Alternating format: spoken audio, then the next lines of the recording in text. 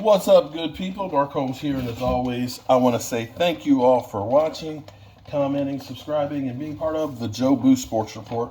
Without you guys, as well as you ladies, you know that this literally does not work. I hope you're having a great hump day.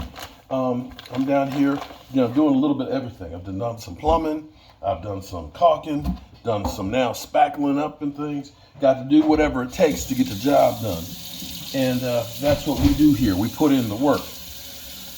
We have some interesting news that actually, for those that are pissed off at the Dallas Cowboys for not signing people, that this could actually be validation for Stephen Jones. Now, I'm not one to be, trying to stand up for Stephen Jones and his things, because we all, as fans, it's easy to be a Monday morning quarterback.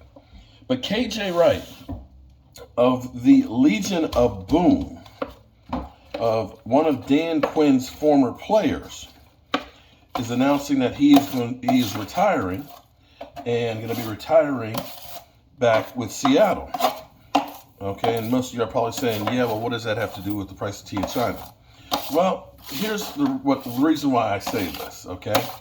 And I've used this example before. It's kind of like when you grow up, you think about your hometown. Your hometown is the greatest place on earth. You better not say nothing about my hometown. But see, here's the thing that happens about your hometown. You only remember the good things that happened in your hometown. You don't remember about the toxic waste pan dump that was around the corner and things like that, or the bad things. You only remember the good stuff. And that's what happens with players. And that's where you get players that are name players. See, like yesterday, when Julio Jones was signed by Tampa Bay, everybody's going, oh my God, Julio Jones, man. Julio Jones is going to be with Tom Brady. Now, Tom Brady may end up being really, really good with him. He'll probably do better than he did with Ryan Tannehill last year. But the reality is he had 441 yards last year, 770 the year before, and 4 TDs. Clearly, he's having a hard time staying healthy and being the guy that he used to be. All right, so you're still going, what does this have to do with KJ Wright? Well, and Bobby Wagner. Well, we all were thinking we'd love to get Bobby Wagner, right?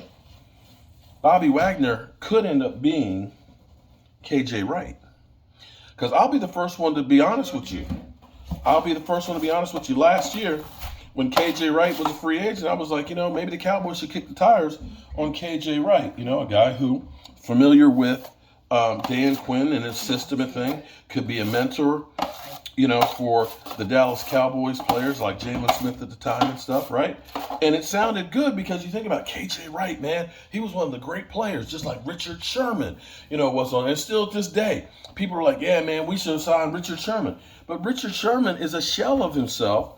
And, you don't think about what he's done recently. You think about the back-to-back 8 interception seasons. And see, this could be, and I'm not saying it will be, there's no guarantee that it will be, but more times than not, that's what the players end up being. Now, the Raiders, of course, which are the retirement home west, much like Tampa Bay is the retirement home south, signs a lot of older players. They signed Jason Witten and everything else, that one year when Jason Witten, anyway. They ended up signing KJ Wright last year to a $3.5 million deal. Not a bad deal. And when you think of it, this is a guy that's been a multiple Pro Bowler, part of the Legion of Boom, that this is going to be great. But in reality, he only had 51 tackles last year, and I think 1 forced fumble, and now he's retired. Now, that's not like the money that's going out to, say, Von Miller, or the money that's gone out to Bobby Wagner and things like that. But see, this is more the rule than the exception of the rule. Like I said about Cole Beasley. Cole Beasley, 2 years with Buffalo, not bad, but not necessarily the same player that you saw when they were a younger player. But in your mind, when you hear KJ Wright, it's kind of like a dog when he hears you picked up the keys because he thinks he's going for a walk. What? So we have to understand that a lot of times when you sign name players, you're getting a shell of what they used to be. We saw that with Gerald McCoy. We saw that with Emerson Griffin. We saw, well, that was Washington. They signed him well after prime time, okay? He was past time when they signed him. We had him as prime time. Washington signed him as past time. But when you look at Dontari Poe and Emerson Griffin, Gerald McCoy, Clinton Dix, those were all named guys that we signed that didn't bust a grape and didn't even make it through the season. And I dare say, see, everybody's going crazy now for Tampa Bay. Oh my God, the weapons that Tom Brady has. They got Kyle Rudolph. Now they got Julio Jones. Yes, you got those guys from 5 years ago, but I'm not sure that they're going to be the same guys right now. And I need to use up, this is some Easy Sand 20. I don't know why they call it Easy Sand. Because if you've ever used this stuff, regular joint compound, my hands, I can sand that with my hands. This shit gets hard. So I don't know where they get this easy. So ain't nothing easy about sanding this stuff.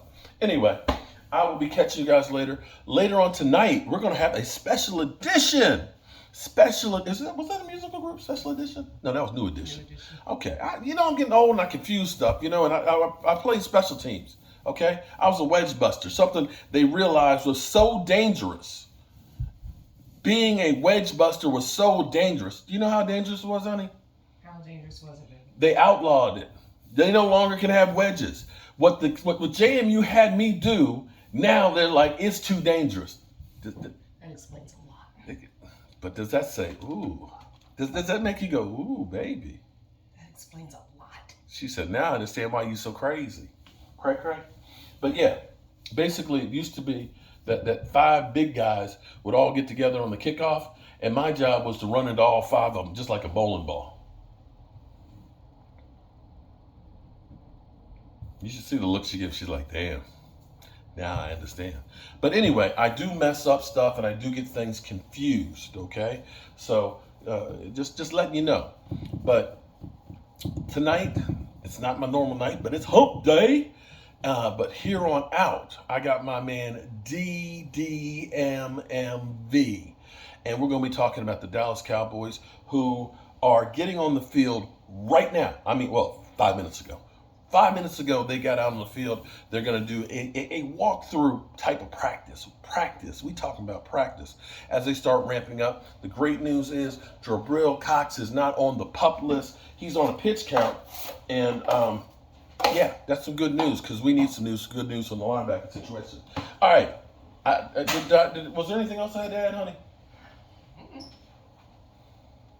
She don't. See, I thought she was going to help me. All right. I'll catch you guys on the flip side. I got to hurry. Look, it's getting hard. Peace.